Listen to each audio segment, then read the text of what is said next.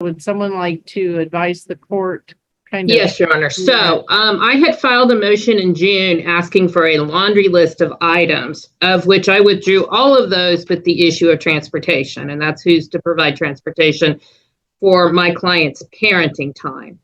I have drafted a parenting plan per the Montgomery County court rules. And per Mr. Dean's request, he wanted to make sure that they were the rules in place when it was journalized in October of 2019. I have called and talked to the head clerk, I believe her name was Becky Dye, who told me that she is in charge of updating all of the court rules and has been employed there since January 1st of 2020, and that nothing has changed since that date.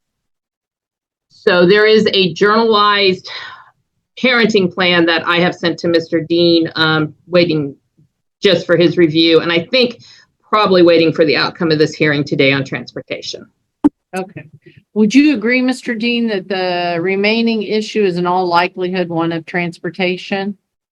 Yes, Your Honor. There may be an issue in the formatting of the journal entry, but part of the problem with Montgomery court rules is that I can't even find them online.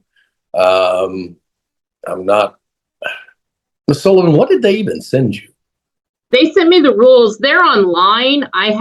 I'll be honest, I had a staff person pull them off, so I don't know how they located them. Every time I go onto their website and hit their local court rule link, it just gives an error. And I've tried it through a couple of different methods, but in any event, so. And they may have called and gotten them. I didn't do that. I'm confirming those, Judge, and I think it may just, I'm assuming, I don't have any belief that Ms. Sullivan would misrepresent those, but I think I may have a proposed slight modification to the just the way the journal entry is formatted. Okay. That shouldn't be a big issue. So, yes. All right, guys, let's break this down. This hearing wastes no time narrowing the chaos into one core issue: transportation. Both sides circle around paperwork and court rules, but the judge cuts straight through the noise. Beneath the polite tone, you can already feel tension brewing over control, responsibility, and who's actually going to carry the burden moving forward. Let me get ruling on the transportation. So, Ms. Sullivan, what is the issue and what is your argument? So, Your Honor, my client is diagnosed with epilepsy and does have seizures on a fairly regular basis. Matter of fact, she was just in the hospital last weekend. Okay. She does not have a driver's license. She does not have a vehicle. Since she has lived in Augusta, which I think is about at least 3 to 5 years, Mr. Moyer has provided the transportation for the parenting time.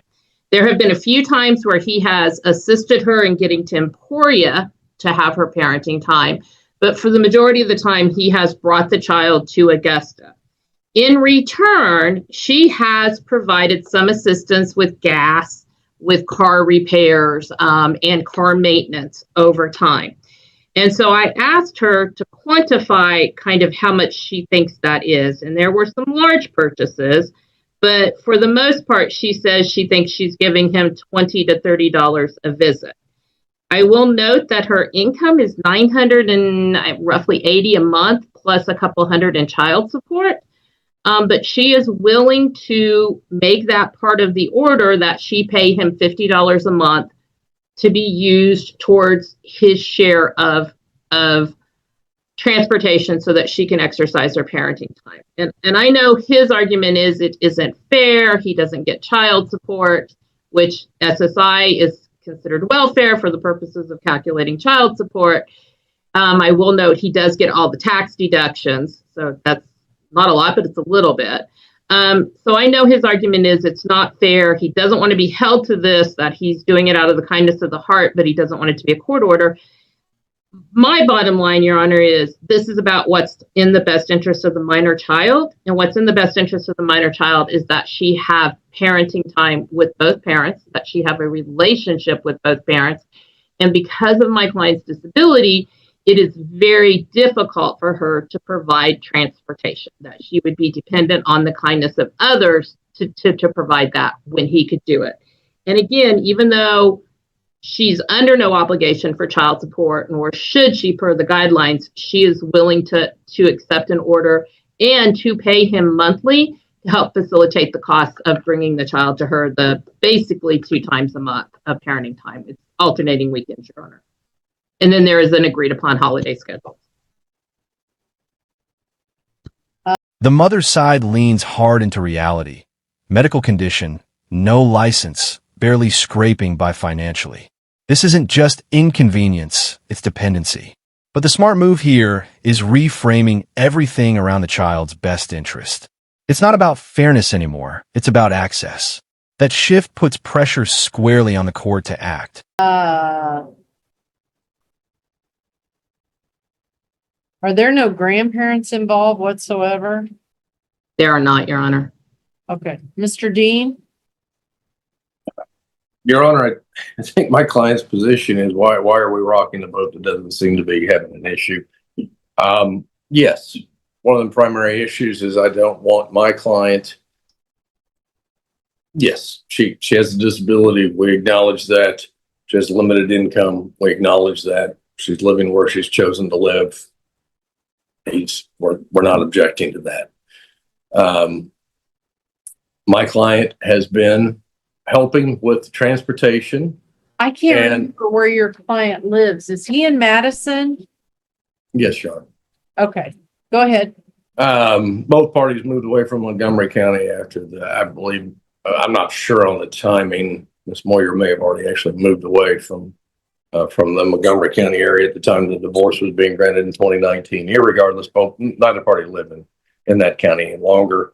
The child was residing in Greenwood County in Madison with my client. That's why parties ultimately agreed to move jurisdiction to Greenwood County. My issue with coming in and adding that as an additional obligation, since the finances all fall to him to begin with, is putting him in position of being in some type of a contempt for not being able to make his schedule always work. The parties have been, I think generally I don't do this, but my client sent me an email, and I think he probably summarized it as well as I could, that he and Tiffany have been working really well on this. He takes their daughter to their mother, and I pick her up. Tiffany helps when she can, and I understand she's on a very tight income since she's on disability. I don't do it for the money. I do it so Eliza can have a relationship with her mother. Her seizures have gotten worse. She was in the hospital, taking my ambulance to the hospital 3 times. The last time they kept her until yesterday. She's been injuring herself from falling and hitting herself on things. But this allows him to basically, he also works with changing around that time. This past weekend, with her being in the hospital, he's moved the visitation time to what would typically be his weekend so that they can spend time together. Doctors are working with her to find a way to control her seizures. That being said, he would just prefer it to stay this way. She helps when he can. He does what he can to make sure that they have visitation, because he knows that Tiffany and Eliza need to have a relationship, and that they only can have a relationship by having that visitation. This is something they've been doing themselves. I don't know why we need some specified order, because The father's defense is simple but effective. Things are working, so why force structure? He's already stepping up voluntarily, adjusting schedules, even during medical crises. But here's the catch. He wants credit without obligation. It sounds cooperative, but it also quietly keeps all control in his hands. And that's where this starts to unravel. the order is constantly going to need some type of modification given the various issues that are specific to this case. Ms. Sullivan, why is it your client has chose to live in Augusta? Your Honor, she actually has another child and has lived in Augusta a significant amount of time. She, I don't think, ever resided in Greenwood County. Frankly, they both moved away from the marital residence. She has a lot of resources in Augusta in that she is plugged in with community mental health and doctors and EMS. Plus, she has this other child, and dad has a significant amount of parenting time. So her ability to move outside of Augusta is problematic. Okay. I will also say, Your Honor, kind of as a follow-up, the reason this is an issue is because the current journal entry requires my client to provide half the transportation, which we all know is not happening. The other problem I have is while Mr. Dean represents that everything's going fine, and I would say for the most part right now, everything is going fine, my client did not see the child from Easter until June when we came to court on these motions. So just prior to that. I will also note that the journal entry, which I frankly do not like the language, has an out that he can terminate or cancel parenting time as he sees fit per her health issues. So he has this protection if his fear is he's got to cancel a parenting time thing because she's in the hospital. So what I don't want to run into is a situation where my client goes another 2 months without seeing the child, and he can stand there and say, well, the journal entry requires that she pick up the child. She hasn't picked up the child, so you snooze, you lose. That's what I'm trying to avoid, Your Honor. Okay.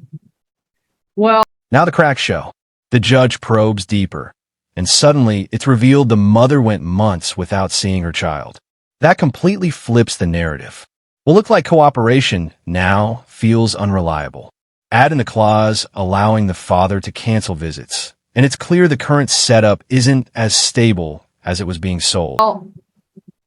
I mean, anybody can file a motion for modification. I think what ended up happening is they tried some simple, cheap mediation that did not work.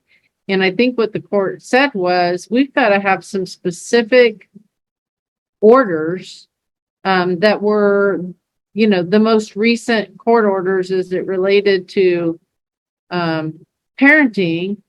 And so it was codified and needs to be journalized, and then people can file appropriate motions for modification of that.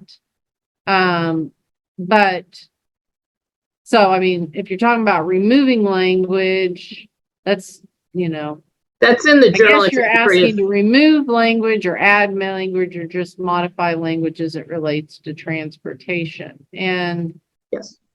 And Your Honor, that language, he's not getting any child support. And he has the expense.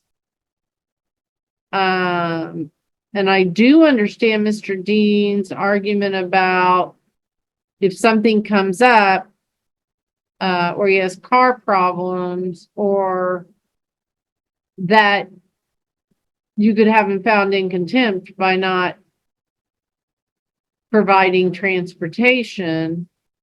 But Your Honor, I would say I can't, because the journal entry to decree of divorce is clear in that it says that he has the right to cancel parenting time. Okay, well, I agree with you. That's not a very good provision, but it favors him. So, Mr. Dean. This is where legal tension peaks. Both sides argue over structure versus flexibility, but it's really about risk. The father fears being legally trapped. The mother fears being shut out entirely. The courtroom shifts from logistics to leverage, who holds power, and who gets protected when things go wrong. I think I'm going to adopt, he's currently, as a de facto situation, he's providing transportation, but she needs to be sure and pay him a minimum of $50 a month for that transportation. And Your Honor, I'd request if that. If they don't like it, they can file a motion to modify. He runs the risk of her filing a motion to modify that provision that gives him the right to cancel visits because it conflicts with the child or with him, or his vehicle's in the shop, or I don't know what. He doesn't have enough gas money. Your Honor, there was, I don't want to skip over this. There was specific findings made by the court on evidence presented, unrebutted, to that district court judge for why he or she, I don't even recall who the judge was, put those provisions in. So I don't believe that we should just be disregarding them as some overreach. That was presented by the appearance of the journal entry Well, based she's upon not the evidence asking that was that be presented. modified. I'm not modifying that. No, I in understand. an evidentiary hearing. I understand. I think it almost seems to be presented by the opposing side that it's just some kind of fanciful thing that was granted to dad in this circumstance. There was a reason for it. Okay, well, And we're it not is wanting to get into unusual, that but I'm because sure there's we a don't- question about ability to care sometimes, and through no fault of her own that I'm aware of. But you're right. I haven't heard all of it, but I really feel like there's got to be some kind of record of what they've been doing and a record for transportation. And I'm, allowing without you having to prove a material change of circumstance to file a modification to modify this standing order that was in Montgomery County. But hopefully just this journalizing and a little bit of additional language to make sure that she, is getting pretty regular visitation like it's awarded, unless there's a good reason. The judge steps in and draws a line. Transportation becomes mandatory, not optional, and the mother contributes financially. It's a calculated compromise, accountability without over-penalizing either side. More importantly, it removes uncertainty. The court isn't rewarding kindness. It's replacing it with enforceable consistency. Takes care of stuff for now. Your Honor, I would request that we make that through the payment center, that $50 a month. Well, then he's going to get 3% taken off of it. Okay. Well, we can direct that. So DCF, he must not have ever gotten any DCF assistance, and so nobody's ever pursued child support. parties agree. He agreed not to. He didn't request child support, Your Honor. At the time of the journal entry, he could have pursued it. At this point, SSI is considered the same as welfare, so it's a 0 on a worksheet. Well, that's true. And But let's just let them keep caring about each other and the child and see how they do, please. Okay. And then if there's a problem, come back to court. And I will say, Your Honor, I think for the most part, except for my concern over this transportation, things have been going smoothly for these guys. Okay. All right. And then you're going to try to get that journal entry ironed out and go ahead and modify it to include the transportation ruling of today Yes, I will, Your Honor. as an additional provision from this hearing. Anything further today? no, Your Honor, I can let the court know that I also have now gotten a copy, and I'm going to assume, Ms. Sullivan, that your office did call, because that's what I had to have my assistant do, call, and I'll check that, and I'll get you a revision. Apparently, they don't have it. I don't believe they're online. So, Okay. Well, everyone, thank you for your patience, okay, certainly. throughout this case. And The closing moments tone everything down, but the message is clear: cooperate or come back to court. Payment logistics get sorted, child support realities are acknowledged, and the judge subtly nudges both parties toward maturity. This case ends not with resolution, but with a structured truce. Make sure to like the video, subscribe to the channel, and we'll see you in the next one.